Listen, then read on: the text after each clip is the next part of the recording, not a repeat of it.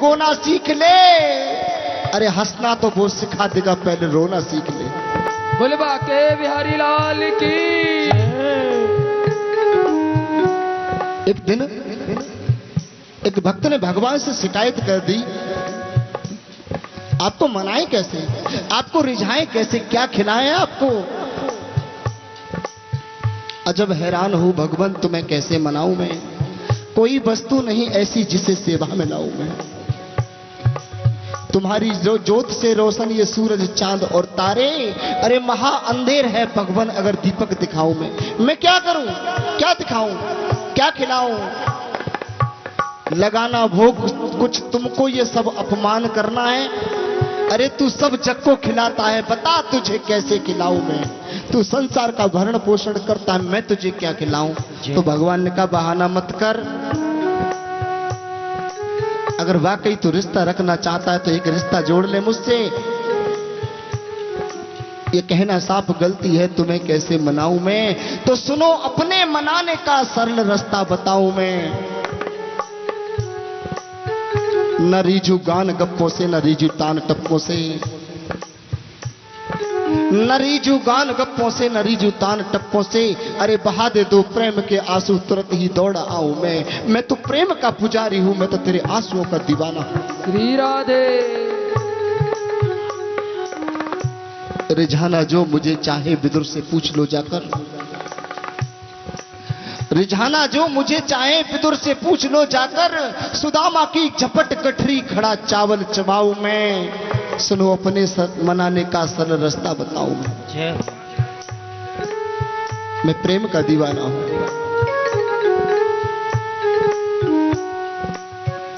दुर्योधन ने निमंत्रण दे दिया,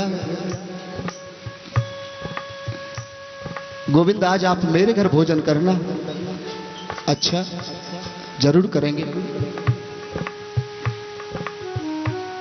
56 प्रकार के व्यंजन वाए। दुर्योधन ने अपने मन में सोचता है, अरे वो ग्वाला क्या जाने भोजन क्या होता है, वो कृष्ण गमार क्या जाने कि सट रस भोजन क्या होते, उसने नाम नहीं सुने होंगे। आज मैं खिलाऊंगा।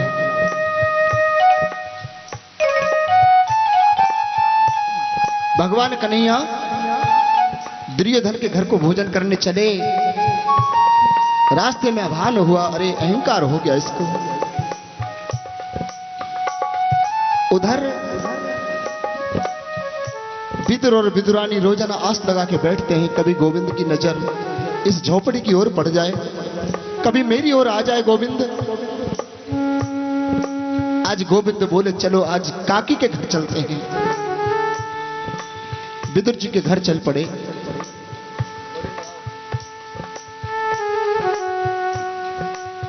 जैसे ही विदुर जी के घर में प्रवेश किया, विदुरानी नग्न स्नान कर रही है। अब आई लगाई काकी, ए काकी। विदुरानी सोचती मुझे काकी कहने वाला एक ही है और वो कृष्ण है। वो मुझ गरीब के घर में, मुझे निर्धन के घर में क्यों आने लगा, कोई और हो सकता है। झांक करके देखा तो सामने कृष्ण खड़े हैं। उन्माद छा गया, भूल गई अपने शरीर को ढकना, भूल गई वस्त्रों का पहनना। दौड़ करके आई, मेरा गोविंद आ गया, मेरा कृष्ण आ गया। टूटी सी चटाई बिछा दी, बैठो गोपाल। गोपाल कहीं मैं सपना तो नहीं देख रही हूं। अरे नहीं काकी, तेरा कृष्ण आया है, क्या खिलाऊं।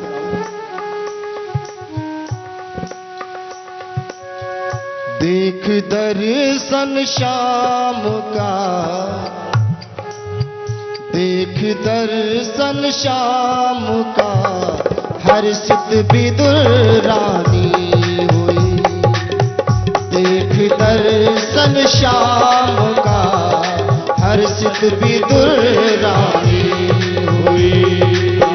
देख दर्शन श्याम का, हर्षित विदुर रानी हुई। देख दर्शन श्याम का, हर्षित विदुर रानी हुई। देख दर्शन श्याम का, हर्षित विदुर रानी हुई। देख दर्शन श्याम का हर्षित विदुर रानी हुई। देख दर्शन श्याम का हर्षित विदुर रानी हुई। आज उसकी भावना की, आज उसकी भावना खूब मनमानी हुई। आज उसकी भावना हर्षित विदुर रानी हुई।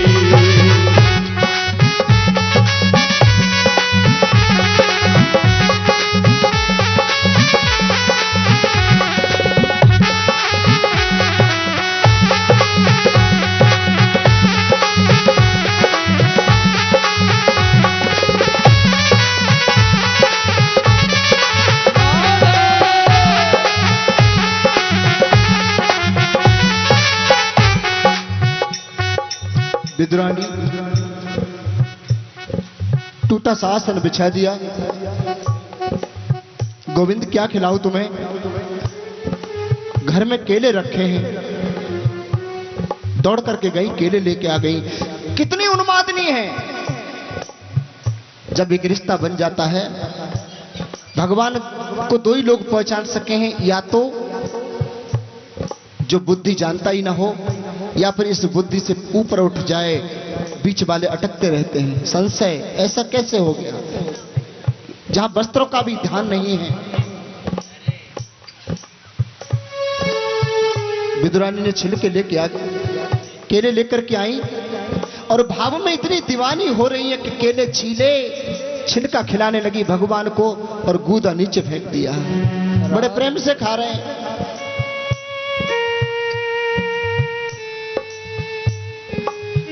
गूदा धरती पे गिराया, छिलके खिलाए शाम को। गूदा धरती पे गिराया, छिलके खिलाए शाम को। गूदा धरती पे गिराया, छिलके खिलाए शाम को। गूदा धरती पे छिलके खिलाए शाम को। देखिए घनश्याम की, देखिए घनश्याम की छिलकों से मेहमानी हुई। देखिए घनश्याम की छिलकों से मेहमानी हुई। देख दर्शन श्याम का हर्षित विदुर रानी। देख दर्शन श्याम का हर्षित विदुर रानी हुई। बात केवल रिश्ता बनाने की है। जब तक भक्त बने न होगे तो वो भी भगवान बना रहेगा। मोकू बड़े जो एक पग मैं बढ़ जाऊं 60। मोकू बड़े जो एक पग मैं बढ़ जाऊं 60।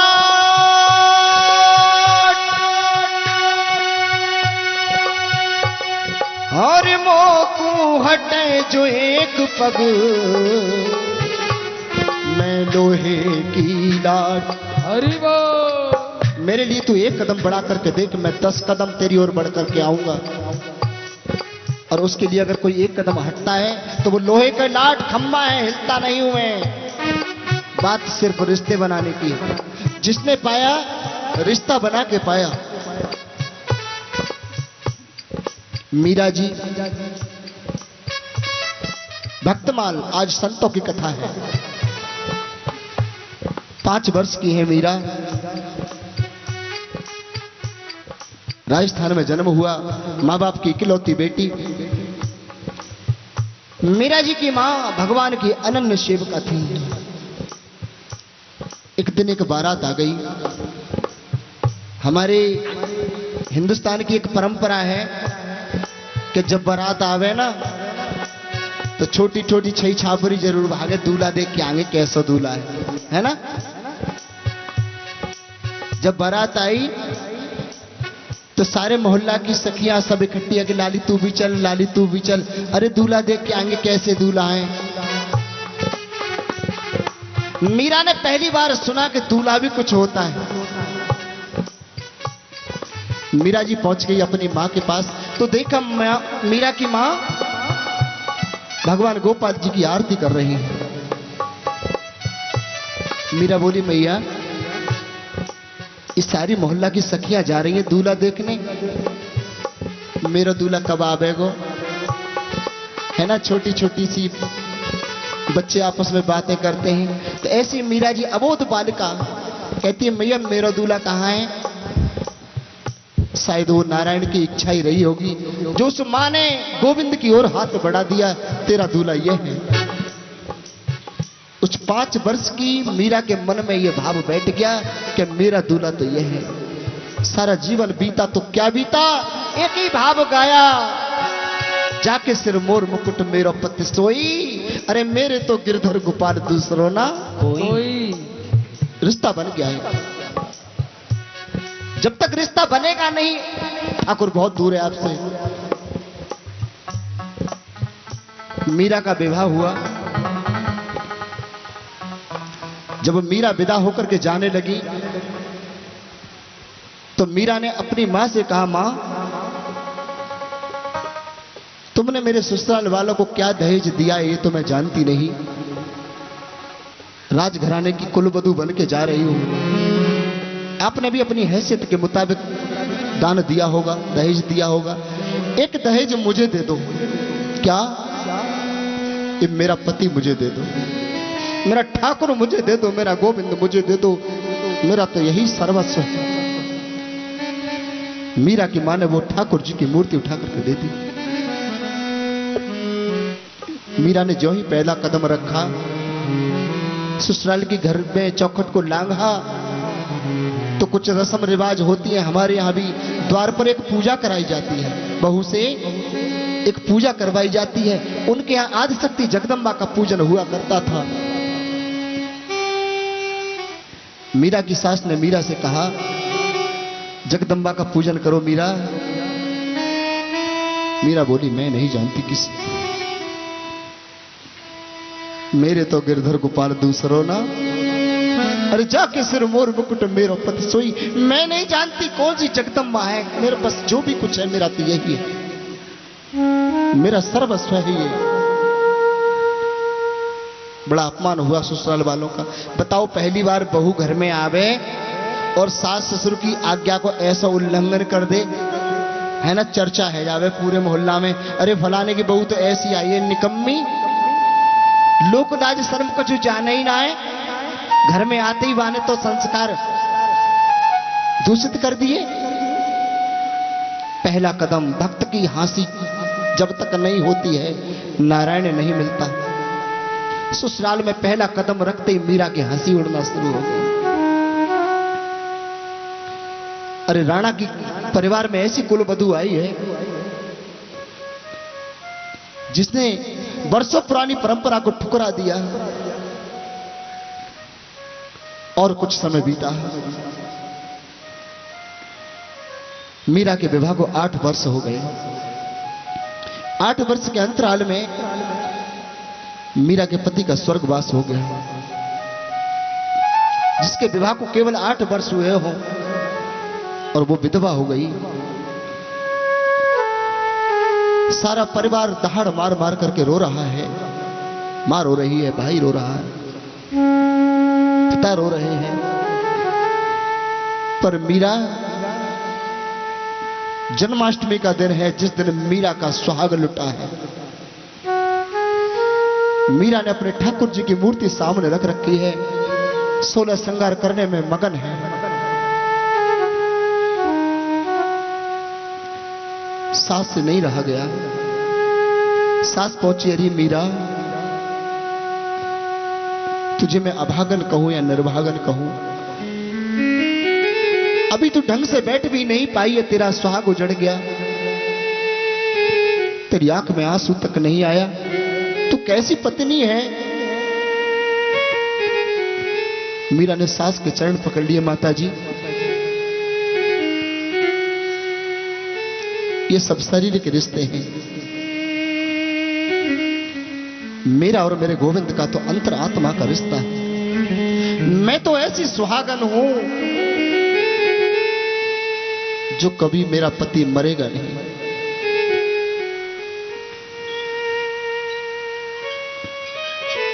ऐसे बर को क्या बरूं जो जन्मे और मर जाए, ऐसे बर को मैं क्या बरूं जो जन्मे और मर जाए। वरण करूं गोपाल को, मेरा चूड़ो अमर है जाए। अरे मैंने तो ऐसे पति का वर्ण किया है, मैं कभी विधवा नहीं होगी। ये तो रिश्ते थे, शरीर विधवा हुआ है, मैं विधवा नहीं हूं, क्योंकि मेरे तो गिरधर गोपाल दूसरो ना कोई, जाके सिर मोर मुकुट मेरो पति सोई। मीरा ने अपनी आदत नहीं छोड़ी। अब तो जब विधवा हो गई मीरा, तो अब तो खुली छूट मिल गई। संतों के संग आना जाना प्रारंभ कर दिया, घर से बाहर निकलना प्रारंभ कर दिया। जब ये बात राणा जी ने सुनी तो बड़ा क्रोध आया। एक तो तूने हमारे भाई को कभी पति नहीं माना, आज तू संतों के संग रात रात भर कहां कहां घूमती रहती है। मीरा, तुम आज के बाद घर से बाहर नहीं निकलोगी। तुम जानती नहीं हो, तुम राजकुल की कुल वधू हो और ये तुम्हारी ससुराल है। आज मीरा ने वो आवरण खत्म कर दिया। जो कभी जेठ के आगे घूंघट नहीं खोला करती थी, मीरा ने पहली बात तो घूंघट खोल दिया और दूसरी बात जेठ को राणा कह करके संबोधन कर दिया। मेरा किसी से कोई रिश्ता नहीं। और रही बात ससुराल की, तो सुनो, आप मेरे ऊपर घर से बाहर निकलने के लिए बंधन बांधना चाहते हैं, संतों की संगत में बांधना चाहते हैं, तो आज बता रही हूं मेरी ससुराल कहां है, शायद आप जान नहीं पाए। मेरी वृंदावन ससुराल हो, मेरी वृंदावन ससुराल, संभारो राणा अपनी नगरी। मेरी वृंदावन ससुराल, संभारो राणा अपनी नगरी। ओ मेरी वृंदावन ससुराल, संभारो राणा अपनी नगरी। मेरी वृंदावन ससुराल।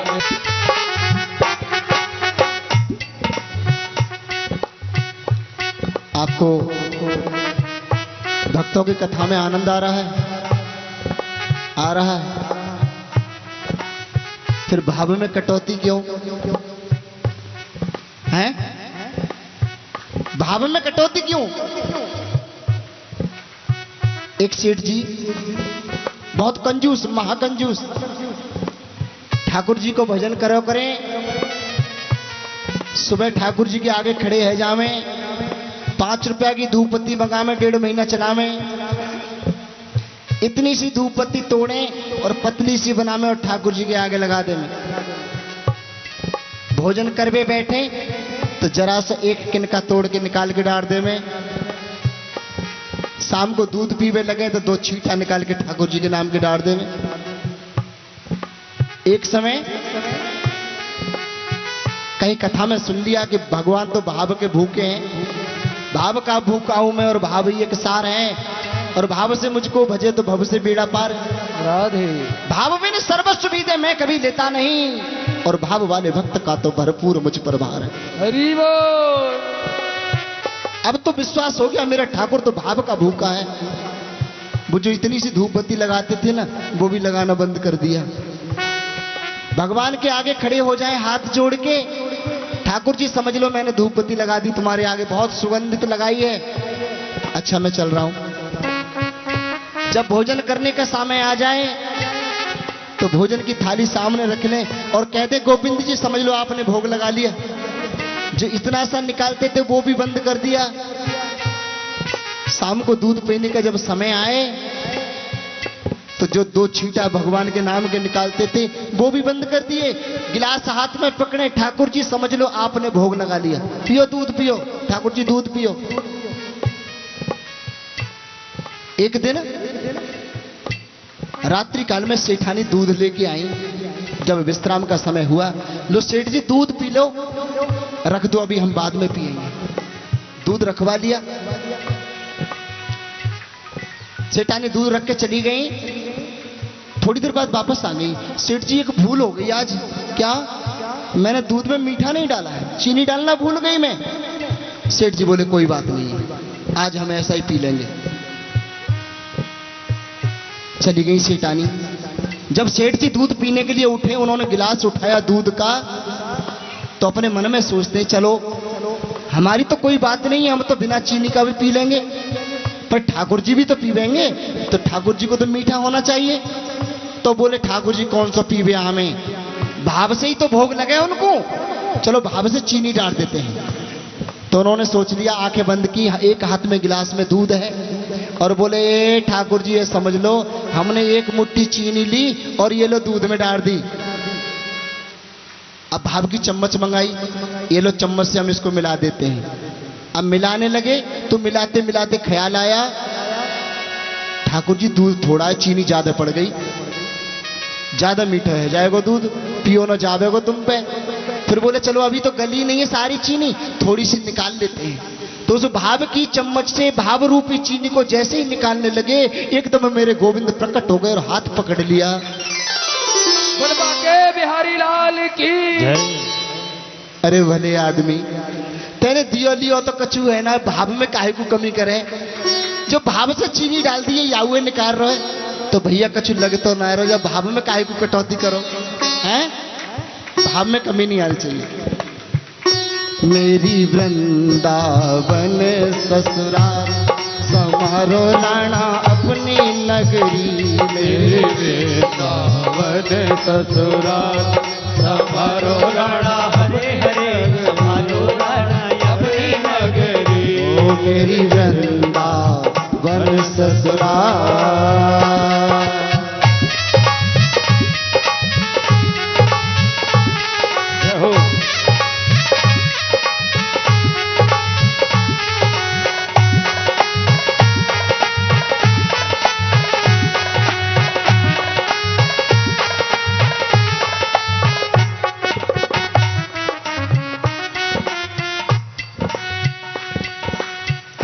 मीरा जी को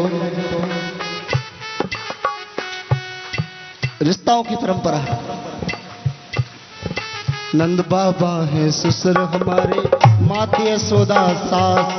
नंद बाबा है ससुर हमारे, माते यशोदा सास। नंद बाबा है ससुर हमारे, माते यशोदा सास। नंद बाबा है ससुर हमारे, माते यशोदा सास।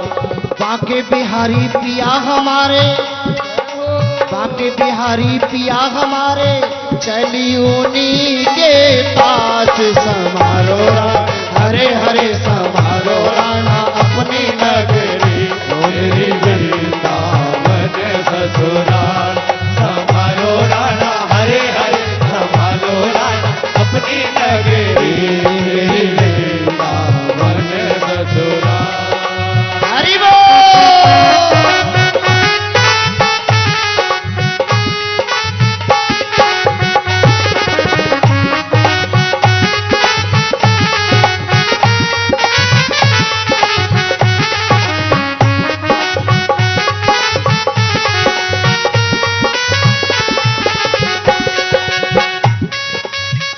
और बोली कोई हंसे तो हंसे, मैंने करी श्याम संग प्रीति ये दुनिया क्या जाने। अरे मुझे मिल गया मन का मीत ये दुनिया क्या जाने। श्री राधे। मेरे और मोहन की बातें या तुम मैं जानूं या वो जाने। नर नारी चाहे करे चबुआ बोले बोल हजार, नर नारी चाहे करे चबुआ बोले बोल हजार, नर नारी चाहे करे चबुआ बोले बोल हजार, नर नारी चाहे करे चबुआ बोले बोल हजार। अरे श्याम पिया की बनी दीवानी, श्याम पिया की बनी दीवानी, नाचूंगी बीच बाजार। समारो राणा हरे हरे, समारो राणा अपनी नगरी, मेरी बेटा बन ससुराल। संभालो राणा हरे हरे, संभालो राणा अपनी नगरी, मेरी बेटा बन ससुराल।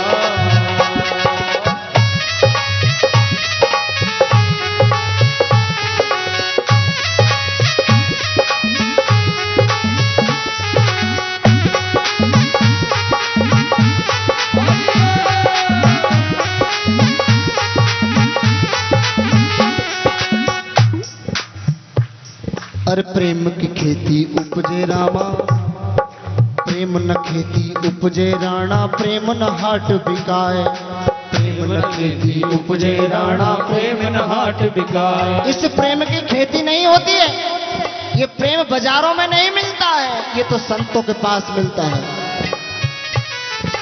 प्रेम न खेती उपजे राणा, प्रेम न हाट बिकाए, प्रेम न खेती उपजे राणा, प्रेम न हाट बिकाए। प्रेम गढ़ी अत सकरी राणा, या में दो न समा। समारो राणा हरे हरे, समारो राणा अपनी नगरी, मेरी बेटा बन ससुराल। हरे हरे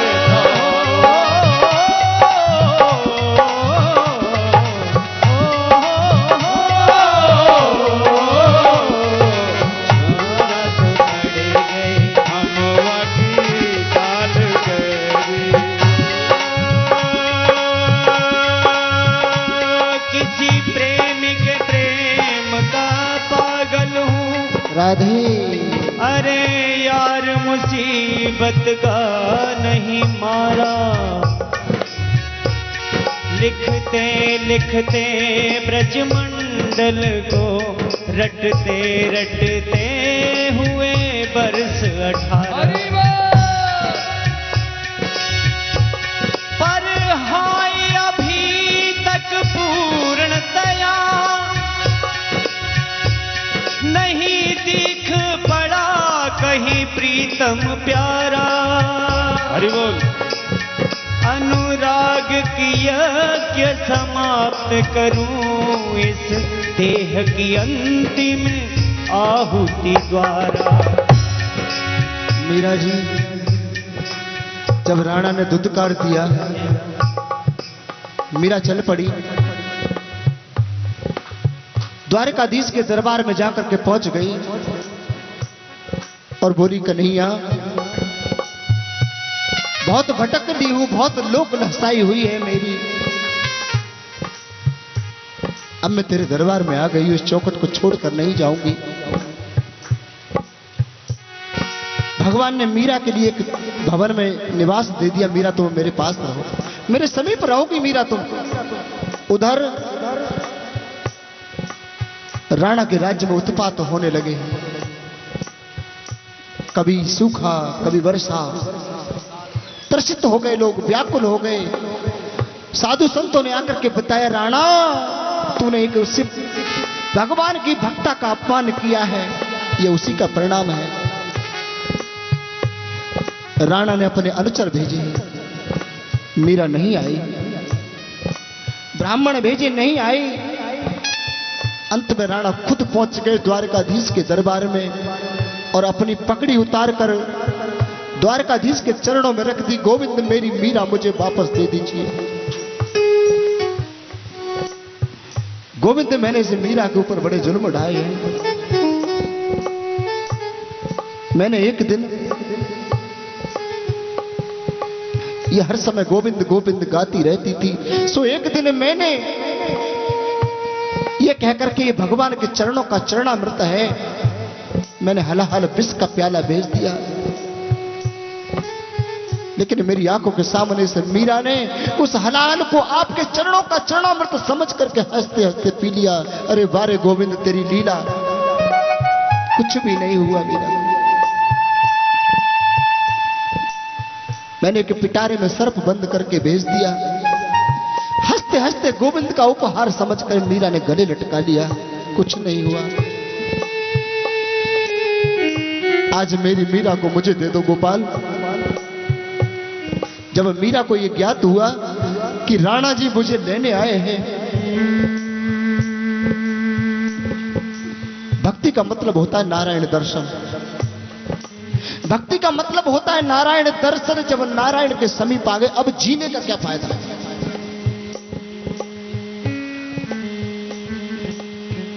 फिर जीने का क्या फायदा है? भगवान द्वारकाधीश बोले, मीरा तुम्हारे ससुर लेने आए हैं, जाना चाहो तो चली जाओ। तुम्हारे पूज्य हैं, तुम्हारे बड़े हैं, चली जाओ। मीरा ने गोविंद के चरण पकड़ लिए।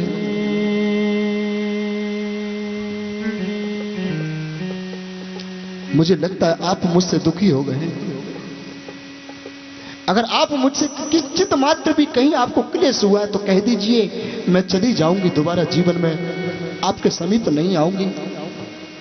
भगवान का हृदय भर गया। अरे मीरा, तेरे जैसे भक्तों के हृदय में तो मैं बैठ करके कीर्तन करता हूं, तेरे जैसे भक्तों के हृदय में तो मैं विराजमान रहता हूं।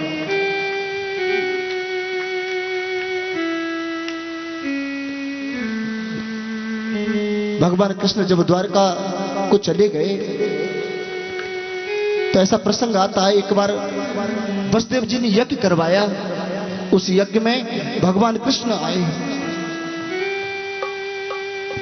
इधर से राधा जी गई हैं, अलग अलग शिविरों में ठहरे हुए हैं सभी।